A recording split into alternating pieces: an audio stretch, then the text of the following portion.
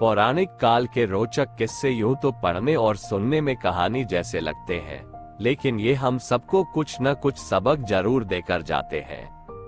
ऐसा ही रोचक किस्सा हम आपको बताने जा रहे हैं, जो कि भगवान राम और कृष्ण दोनों से जुड़ा है।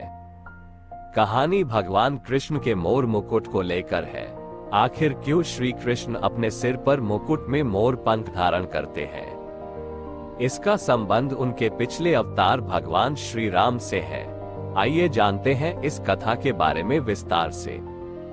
एक बार की बात है, वनवास के दौरान माता सीता जी को प्यास लगी। तभी श्री राम जी ने चारों ओर देखा तो उनको दूर दूर तक जंगल ही जंगल दिख रहा था। फिर उन्होंने प्रकृति से प्रार्थना की, हे वन देवता, आसपास जहाँ कहीं पानी हो वहां जाने का मार्ग कृपा कर सुझाए।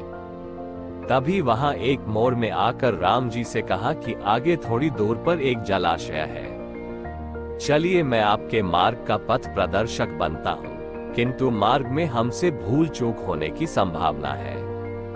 भगवान राम ने मोर से पूछा कि आप ऐसा क्यों कह रहे हैं? तब मोर ने उत्तर दिया कि मैं उड़ता हुआ जाऊंगा और आप चलते हुए आएंगे, इसलिए मार्ग में मैं अपना एक एक पंख बिखेरता हुआ जाऊंगा। उसके सहारे आप जलाशय तक पहुंच ही जाएंगे। जबकि ऐसा माना जाता है कि मोर के पंख एक विशेष समय एवं एक विशेष ऋतु में ही गिरते हैं। मोर यदि समय की इच्छा के विरुद्ध पंखों को बिखेरता है तो उसकी मृत्यु हो जाती है। भगवान को मार्ग दिखाने वाले मोर के साथ भी ऐसा ही हुआ। अंत में जब मोर अपनी अंतिम सांस ले रहा था, तब उसने मन ही मन में कहा कि वह कितना भाग्यशाली है कि वे प्रभु जो जगत की प्यास बुझाते हैं, ऐसे प्रभु की प्यास बुझाने का उसे सौभाग्य प्राप्त हुआ।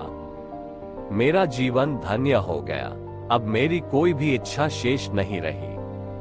तभी भगवान श्री राम ने मोर से कहा कि मेरे लिए तुमने जो मोर पंख बिखेर कर अपने जीवन का त्याग कर मुझ पर जो ऋण चढ़ाया है, मैं उस ऋण को अगले जन्म में जरूर चुकाऊंगा। जब भगवान राम ने कृष्ण जी के रूप में अगला अवतार लिया और अपने सिर पर मोर पंख धारण किया, तब अपने वचन अनुसार उस मोर का ऋण उतारा था। पौराणिक काल का ये रोचक किस्सा हमें इस बात की सीख देता है कि यदि कोई बुरे वक्त में हमारी मदद करता है तो हमें उसका ऋण कभी भूलना नहीं चाहिए तथा समय आने पर उस ऋण को अवश्य चुकाना चाहिए, क्योंकि जब भगवान ही नहीं बच पाए उस ऋण से, तो हम मनुष्यों की क्या हैसियत है। तो कैसी लगी यह सच्ची कहानी मित्रों? अगर कहानी पसंद आई है तो चैनल को लाइक, शेयर और सब्सक्राइब करें। धन्यवाद मित्रों।